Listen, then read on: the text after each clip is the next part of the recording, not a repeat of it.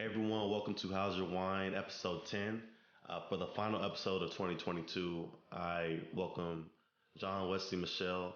You can find him on Instagram at Wine with Wes, and he talks about his Haitian background, his journey to finding his purpose with wine, and just the growth that he's seen in himself over the last few years. So definitely think you guys will enjoy this episode. And for me, I'm very grateful for everyone who's listened for at least 1 second, who's followed, subscribed.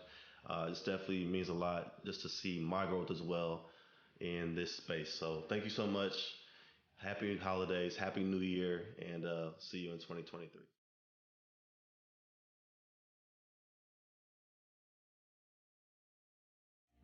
This is episode 10, and I got my boy, the dude, the man, the myth, the legend. Uh, Wow. yeah, Wine West on Instagram. He goes by West, but I'm gonna let him introduce himself to the viewers. So go ahead. Well, Nelson, it's definitely a pleasure to be with you. On social media, obviously on IG, I'm Wine with West, but my real name is Jean-Wesley Michel, French background, Haitian, so or Jean Wesley, if you can say it in a English way, for the non-francophones out there. But yes, West is what I go by when folks who can't say Jean Wesley or Jean Wesley, they don't remember it. So with you being Haitian, let's jump right into it. Like, how is that compared to some other nationalities and cultures that you've been engaged with? I'm very proud to be Haitian. I think given our history, our culture, the strength that our people have, as I mean, if you don't know the story, Haiti is definitely is a pioneer in you know the Black story, if you will. I mean, not to make this a history lesson, but I'm definitely very proud to be Haitian. I love Haitian food, I love Haitian culture, and to be Haitian in my industry is falls within line with what I grew up with. My dad was a retired chef. My dad was a chef. My mom and her sisters were heavy in the kitchen. So I've grown up around food my whole life, right? So to be Haitian in this culture is like every day could literally feel like Sunday dinner, if you will. Ooh. Right? Um, and regardless of what the narrative or what the media has shared about Haitian people are very resilient. They're very creative. I myself as am a creative, as per our conversation previously. And I try to make my people as proud as I can every day through my language, through my name, obviously. And so what I do, anybody who's in my industry who is Haitian, I like to support because I think we're out there and the narrative that's been set isn't fair. Mm-hmm. But I also understand that there's a stigma that goes around with Haiti. But again, like I said, I don't want to make this a Haiti class 101. But shout out to all my Zoes out there. Sakpase tout haïtien qui là. We see you, we struggle with you, and we want to make you proud. And for people who aren't familiar, I mean, let's give them that education real quick. Like, what is the narrative behind the Haitian culture and Haitians in America? Like I'm 45, right? So growing up, the last time I was actually in Haiti was in '98 after my grandmother passed away. And prior to that, listen to my mom and my dad talk about Haiti and how rich of a upbringing they had. I wanted to experience that. Fast forward, through political asylums, shortages, unfortunate events, the earthquakes, which killed a lot of people. I myself lost several family members. So rest in peace to them. And I don't think Haiti has ever rebounded from that, right? So we get to see, if you will, the beautiful side of Haiti from a tourism perspective. But and they show the struggle, right? However, there at one point in time, Haiti was on its way for a small period of time, if you will, in a place that we could be successful. But again, just when you thought that we was about to get our shit together, another earthquake happened, and then it really, I don't think we still have even rebounded from that, if you will. I mean, Haiti just got access to gasoline again a couple of days ago, right? Because there was a petroleum, or as we call it, petrol embargo, and all the country has still not rebounded from that. People need that source to live, whether it's to cook, to drive cars, whatever it is. It is a key in there. And of course, obviously, we have the issues with DR, which could be another show in and of itself. So we're gonna leave that for another conversation. But right now, Haitians are resilient, like I said, and throughout history, we've shown that. We're looking just to hopefully change the narrative through prayer, through work, through struggle, and just through the rich culture that we have. I mean, we can't go off of, and this is my personal opinion, and this may not be a fair assessment, but this is what I feel. I think we can't, we've lived off of the narrative of being the first Black Republic for so long. Mm-hmm. And now it's time for us to really, those who know the history, those who know the story, do more, myself included, right? I definitely want to go back, but it's not safe to go back. Family members are getting kidnapped. People are being robbed, people are being killed, and so on and so forth. There is heavy gang violence in it, but when the opportunity presents itself for there to be an increased difference in Haiti, I definitely want to be at the forefront with my friends and my family who support what we're doing. Where did you grow up? Did you grow up in Haiti or did you grow up in the States? No, no, no. I am a Brooklyn native, born and raised in Brooklyn, but you would have never known that, given given the amount of languages that we spoke in my family. We speak French, English, Haitian Creole, obviously, and Spanish. So, on the dinner table, you could hear all those things, and we would never miss a beat because there was somebody who was translating for you at the time. So it definitely was, I enjoyed the multicultural aspect of growing up Haitian. I don't regret my childhood. It might have been hard to some people, but I think it definitely it has shaped who I am today. So you mentioned that you're 45. You just turned 45. Happy belated birthday. Thank you, sir. Thank you, sir. 45. Shout out to all the Scorpios who just closed out. What up to all the Sagittarius? I know y'all talking mad shit right now, but it's all good. But yeah, 45 is, 44 was my Obama year. And that with that came a selected honor, if you will. Mm-hmm. We all know what Barack Obama means to us as Black men.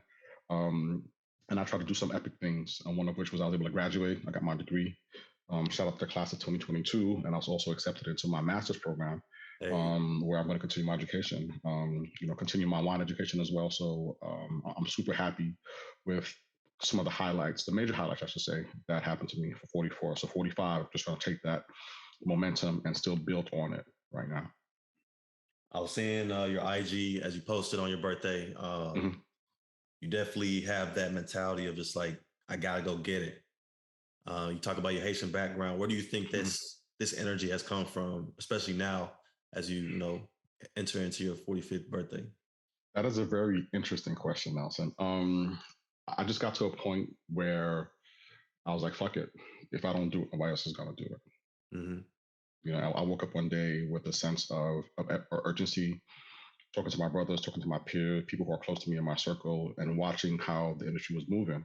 And also my life personally, like, okay, so I got this degree now, what am I going to do with it? But having the degree for me was essential in, doing better because it inspired a lot of people, and I didn't realize it until it happened, right?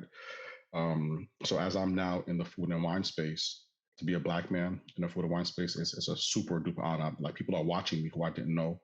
My mentors support me on a regular basis, so shout out to them. And I've made key relationships that push me, right? So I know that at the end of the day, if I don't do it, nobody else is going to do it. And I have a very specific vision of what and or how I want this to play out, right? And I'm okay with failing. I'm also okay with enjoying the ride, with a champagne glass in hand or a champagne bottle in hand, obviously. But this next chapter is going to be very intentional, very specific, and I'm open to making mistakes. Because I don't think I'm going to learn or be successful in this next chapter. However, I'm also going to use foresight, strategy, being quiet. Sometimes you learn a lot. You know a lot more by being quiet than you do by talking mad shit, right? So, I think that for me, it is going to be very intentional, very specific, and I'm ready to see how it's going to play out. But I have to do the work, right? So, studying, drinking, being selective with my relationships. Networking, linking up with people like you. I don't think that it was ironic that you and I met, right? We happen to know a lot of people, a lot of the same people. Shout out to Will. Yeah. Shout out to the Roots one. Sure. So I think that everything going forward is going to be intentional, but also I'm also open to the things that have to happen, because if you stay ready, you got to be ready. right? So just keep my head down, stay focused, but also be open to the lessons that life has to teach me. So I'm super grateful and humbled to even be here at the age of 45. Yeah, and I know you mentioned Will Sarvis. I think I mentioned Will. He's on IG as Will Uncourt. I've mentioned him almost every episode or nearly like half my episodes. Yeah, we But gotta get we gotta do a gentleman only episode with Will on here and continue the conversation that we had at the restaurant a couple weeks ago. But that could be another in the cut conversation. yeah, for sure. I'm down for that. I know I'm just speaking to you and Will in DC. I went to DC Mm-hmm. a few weeks ago. Like your energy, like I mentioned in the previous question, is just almost unmatched um, in the wine space and at your job. Like, where do you? I probably have asked this already to you when we were at the restaurant, but like, how does that just come into your play when you're talking about wine and working on your education? Like, where does that passion truly come from? And you know what's funny? I didn't know what my purpose and my passion was until my trip to Champagne. Right? I mean, I know I love food, I know I love wine, but it didn't click for me Mm-hmm. until I was actually there. Right? And I get emotional about it sometimes. You know, I'm gonna try not to cry about it because it does. I get overwhelmed thinking about it. To be 45 and to realize, okay, like you was on this earth to do one thing and do it really, really well. Um, and I came back with a different sense of urgency. Like I knew that I had to study harder. I knew I had to drink more shit. I knew I had to be open to just doing the work, right? You Mm-hmm. know, I mean, our executive director, Akimi, she's like, "Your West, you got to do the work." So she challenges us, she pushes us, and so on and so forth. So my energy probably comes from my kids, right? Because I want to leave something for them. Mm-hmm. Um, it comes from my failures because I know I've messed up certain spaces that I should have probably done better if I was more prepared. It also comes from my parents, my Haitian culture, my creativity. Like I'm always thinking about. I always want to see what's in my head come to fruition tangibly. So that zeal or that zest does drive me. Um, and my mistakes, you know, going back into, you know, content that I did 3 4 years ago where I did really really bad because I didn't study or I wasn't prepared. So I want to make sure that going forward, you know, I understand that I have a responsibility, whether it's self-imposed or it's been given to me because I'm a black man in the wine space, right? And the narrative has been such where we are many in our industry as black professionals, but we are few in the global aspect of it, and we have to be really poignant and emphatic, if you will, about what we try to do in this space. So that's where my energy comes from. I love what I do. Some days it's harder than others, you know, as you can only imagine, you know, being in the restaurant industry, hospitality, food and wine, and things are ever changing. However, I've learned to appreciate and try to take the moment to enjoy, um, you know, the successes that I've had, the people who I've met, you know, the amazing wine that I've had, the amazing food, and it's about the little things. And so I'm also learning in this chapter to really to find my joy. Right. You don't want to work so hard that you end up losing sight of what brings you joy. And I think that as black men specifically, we don't get a chance to express that. You know, we see the hashtag Black Boy Joy or Black Man Joy, and what does that really mean? So Mm-hmm. I think that um, if I could give chapter 45 or this or hashtag this or the 45 as I called it, it would be find my joy, right? And a key part of that is going to be what I do around food and wine. No doubt, man. Wise words from Wes, man, for real. Like you talk about just your upbringing, and that's been a central part of this conversation. Where did your parents grow up? Did they grow up in Brooklyn too, or No, actually, my parents were both born in Haiti. okay? So you know, I mean, and you would think that now that my parents are in New York, that they would have lost their Haitian accent, but no, my parents still have my parents still have very very thick Haitian accents. But no, it is what it is. Yeah. So you're a first generation Haitian. I am, yeah. I'm first generation Nigerian. Oh, So nice, nice. I didn't know that. yeah. So I know like the struggle for me, like having the conversations with my parents about just anything, right? You know, just growing up in America, trying to create your own path. Like, what was the hardest challenge for you growing up, creating your own path? And now you being 45, now you found this purpose in wine. Like, how hard was that journey for you to get to where you're at today? It was making the mistakes like that path. If I look back on it now, Like I like knowing what I know now. If I had applied it then, my path would have been different. But obviously, hindsight is 2020. Mm-hmm. But I struggle. I struggle a lot. Just failure. But I'm resilient. I need a minute to think about it, and then once I figure it out, I'm gonna get to it. Yeah. So the journey to get here was not easy. I had to make some sacrifices. I had to isolate, which, depending who you ask, might be a gift and a curse. But sometimes I just need to be in my own head, if you will, and realize that, okay, I got to stick to the plan, right? So I did a lot more writing. Well, I'm in my office right now. I got four pretty big pieces of paper of what my goals are for Q1 and Q4 of next. Like, I'm already thinking of Q1, Q2, 2023. Like, that's where my head is at. But I know that I can't focus too far ahead Mm. because I still have to close out the year strong. You see what I mean? Mm-hmm. Yeah, it was just looking back at the failures, man. Lost money, lost friends, bad relationships, bad wine, bad food. Hey, bad wine. I uh, don't know. Listen, man. I mean, for you to really appreciate good wine, you have to have had some bad wine at some point, and I have it in my share. But I don't regret those experiences. Right? A lot of the bad wine that I had led me to the good wine that I sip today. So I'm grateful for the opportunity to do that. Man, I'm the last couple of guests. Every guest has been dropping bars, but I feel like every bar that people drop has been a personal bar, right? You're not just picking bars from or Right. picking knowledge from just out of space. You're actually sharing Mm.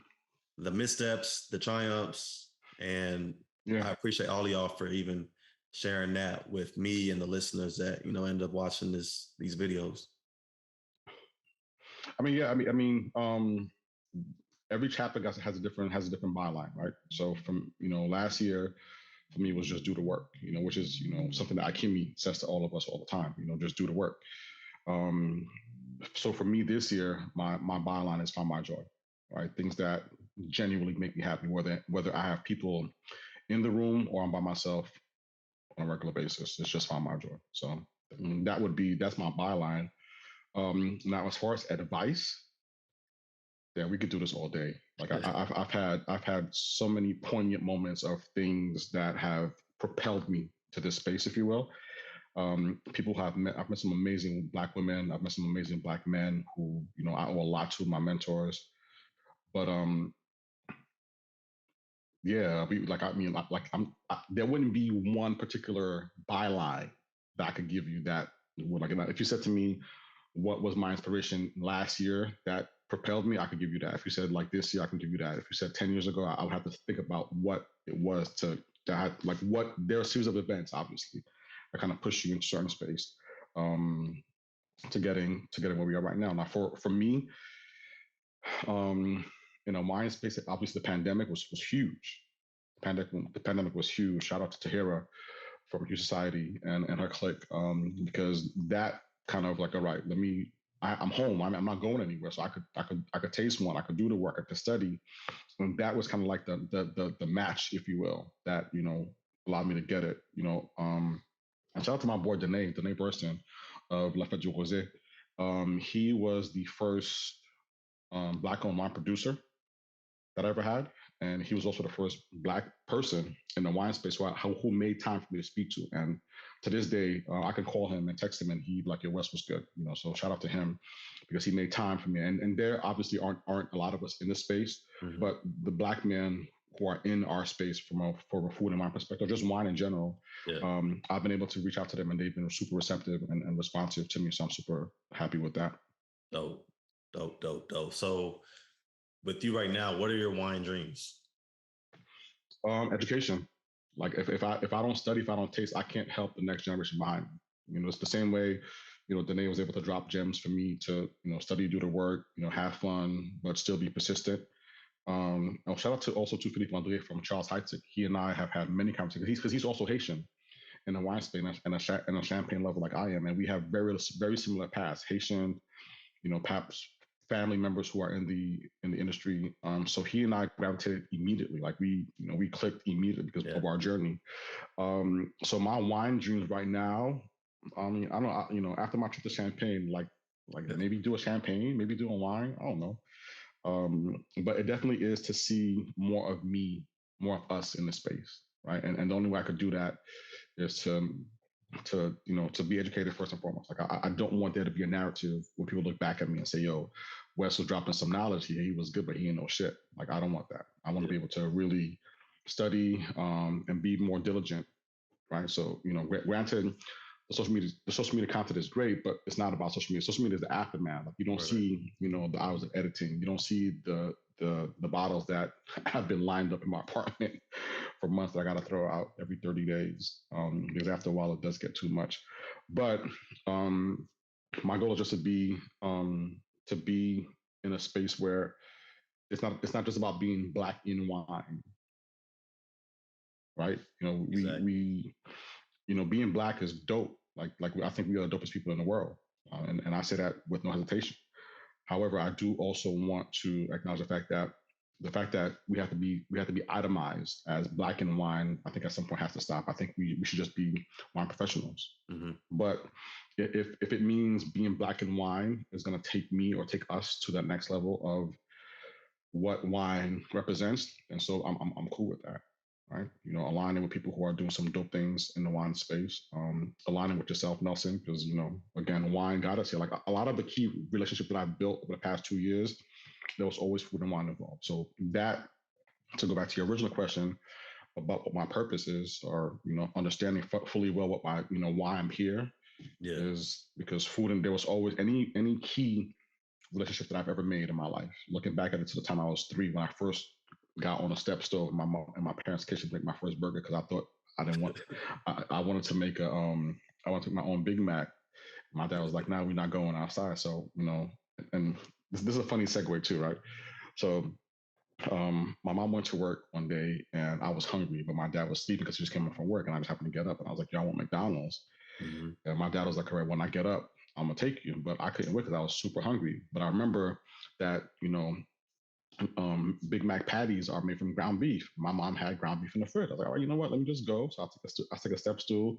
I understood what fire represented, but I didn't understand the magnitude of what I was doing. I just wanted the Big Mac. So I basically took a half a pound of ground beef. Wait, I'm gonna cut you off real quick. How old were you when you did this again? I was 3. I was 3. I remember. I remember like it was yesterday.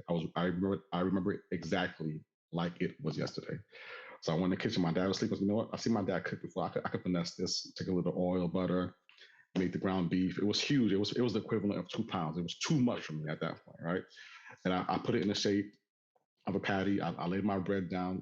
Wonder slices, lettuce, tomato. We had cheese. I had the mayo, ketchup, and I made it. And mind you, like, so I got big hands now, but imagine being a 3-year-old and a beef patty that's like this big, right? So I'm in the kitchen cooking it, sprinkling my seasonings on whatever. And my dad finally wakes up, but I don't hear him or see him looking at me in the kitchen. And he's like, "What the fuck are you doing?" I said, "Daddy, I'm making a Big Mac." And he said, "Jean-Wesley, that burger is not cooked." I was like, "Yeah, but it's brown on the outside." He said, "Okay." He let me keep on doing my thing. And then after a while, when he realized that, or I was about to burn the house down, he said, "Okay." He said, "Jean-Wesley, look at that." And it was raw as all daylight on the inside. And he said, "You want to eat this?" And that's when my food relationship with my dad started, because that was him teaching me. Mm. So to segue into that, food has always been something. If I look at all the poignant moments in my life, Mm. my degree, people who I've met, um, there was always food and wine involved. That's a hell of a story, man. I mean, one day I'm gonna get my dad to tell the story, because I think his version is probably better than mine. We need both y'all on the show. Another episode. Or I'm gonna hit him up. I mean, he loves to talk on the radio anyway, so I'm sure he's gonna enjoy, being visible and seen. For sure, for sure. So we're gonna jump into, with that segue, jump into this or that. Basically, I'll ask you a couple questions, comparisons, okay, and we're gonna find out a little bit more about you. So you go ahead and get the pour note. Hashtag the pour. I mean, that's been my latest hashtag, because for me, even before you smell, sip, or taste wine, it's all about the pour. So I think so. Cheers to you, Nelson. Appreciate you. Happy holidays. Glass near me, but cheers. Damn, bro. You know what? Next time, next time we do this, I'm gonna send you something so that way we can have it together. So I'm gonna drink on your behalf. Cheers to you. For sure, for sure. So let's start off with some Haitian food. Oh, okay. comparison. So we're going with. Correct me if I'm saying this wrong. Joy Okay. Moy, No, Jumu. Jumu, okay, Yeah. Jumu, Mhm. or bouillon soup, I will take Jumu. and why is that? I mean, Jumu for all Haitians is like if you go to a Haitian house on January 1st and you don't see Jumu, leave because For every real? house, every Haitian house, whether you like it or not, it is the. I mean, I don't want to say unofficial, but I'll say official. It is the official um, representation of Haitian culture on January 1st. Like parents and moms and dads, sisters, uncles, are you preparing it December 31st, and there's a big pot of it So it's on like good January luck, 1st. basically heading into the new year. Yeah, pretty much, pretty much. I mean, it's the equivalent of what Black Americans do with Black Eyed Peas, if Yeah, you will. yeah, The same thing, yeah. yeah. Bouillon is not bad. Bouillon is more like a Saturday night chill in the crib. Mom don't feel like cooking. Is it got dumplings in it. I mean, it's creative. Every house makes it the same. But for me, if I had to choose between one of the two, I would choose Jumu. So now leading into that, you got the champagne, you got your joy movie. New Year's Eve or New Year's Day? That's okay. So that's a tough question, right? Because I work in hospitality and industry, I'm very ever rarely home on New Year's Eve or New Year's Day. Mm. There's always an event. And I think last year, because I didn't work on New Year's Eve or New Year's Day, was my first time actually being home for it. Right. I love the celebration around it, um, but I probably would say New Year's Eve because of the anticipation getting into the new year. You want to be with people who you care and love about, and start the year with them. And depending on how superstitious you are, they say the people who you start with the year is who will be in the rest of the year for you. So I mean, I would say New Year's Eve. I would say New Year's Eve. All right. Next, I know based again on your IG, you dress fly as hell every day. You got a little I, suit. I try to. I try to. For sure. So fresh tie or smooth pocket square? Well, you know what, Kate? If you asked me this question like 10 years ago, Nelson, I would say fresh tie. I love like my tie game. I think my tie game is pretty sick. However, because I move so much, the tie would get in the way. Like it'd be like, I mean, there was one time like I was during service, like my tie got stuck, my tie got stuck in the washing machine because it was too long. And there was another time that my tie almost got burnt because again I didn't flip it back, right, and it got burnt. So I stopped wearing ties to work. Um, and then my pocket squares, which I have again, a good number of pocket squares, and even then, like it would get hidden, people will take it, like they'll touch me. So it actually is neither one of those. So it's not a Neither. fresh tie, a pocket square. I have graduated to lapel pins, which has become more of my signature. It stays in place. I can match it with my shirt, my tie, my suit.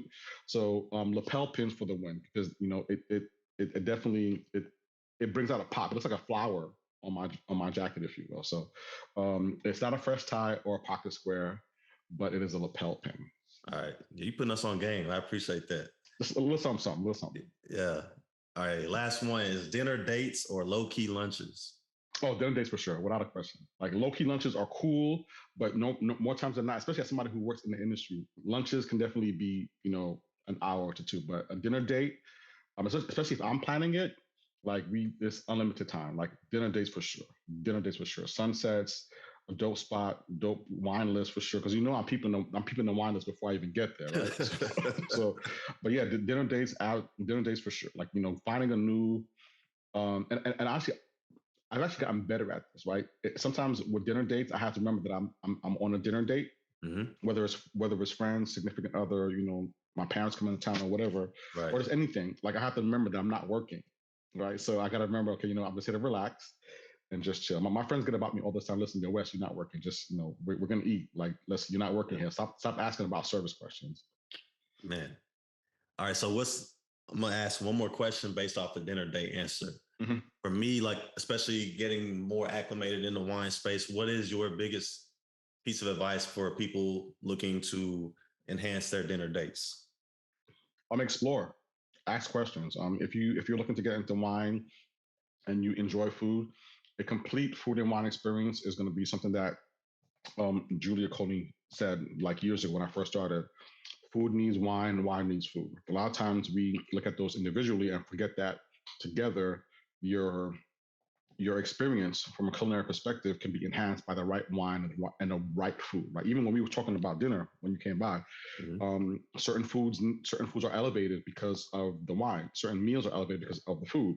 No, sorry, the opposite. Certain food is elevated because of the wine. Certain wine is elevated because of the food. So it's never a competition. So when I talk about food and wine pairings, I want to make sure that the levels are balanced, that nothing is overtaking it. Even though sometimes there are certain wines that will enhance the food because of how they're prepared, X, Y, Z, A, B, C. But for me, definitely be open to food and wine pairings. I think you're gonna enjoy your food and wine experience better if you have the right wine. Even if you're not a even if you're not a wine drinker, I'd say definitely for you to really take your date to the next level, if you will, visit the wine list and ask the sommelier on staff, what are the suggested pairings. I mean, it might cost a bit more, which is cool, but if you're going to really enhance your date experience, whether it's a Tuesday night or Saturday night, definitely look into the food and definitely look into the wine menu. All right, man. You again dropping gems, dropping bars. We appreciate all the mentorship you provided on this episode. And if anybody's going to DC, go link up with Wes. Tell them where they can find you at in DC, and then obviously if you have a website, let the people know how they can follow you. Yeah, all my information right now. The website is being done over right now. Shout out to my team who's helping out with the slight rebranding. I mean, shout out to Brave Crusher who's helping out with the shirt. So shameless plug. You have to plug her in. Yeah. And DC, just hit me up on IG, Wine with Wes, and I definitely will link you up with everybody who is somebody in the DC area for a good food and wine experience. That's a bet. This man will take care of you. He definitely took care of me when I visited 2 weeks ago. So definitely much love to you, Wes. I appreciate you. And happy Thanksgiving, happy belated birthday. And we'll link up in the future. I appreciate that. Thanks a lot, man. I'll see you. As a matter of fact, I need to come to your neck of the woods because I heard y'all got some good wine out there as well. So I need to return that favor and come see you out there. No doubt, man. I'm gonna hook it up for you too. Don't worry. All right. I look forward to it. Appreciate it, Wes. All right. Peace.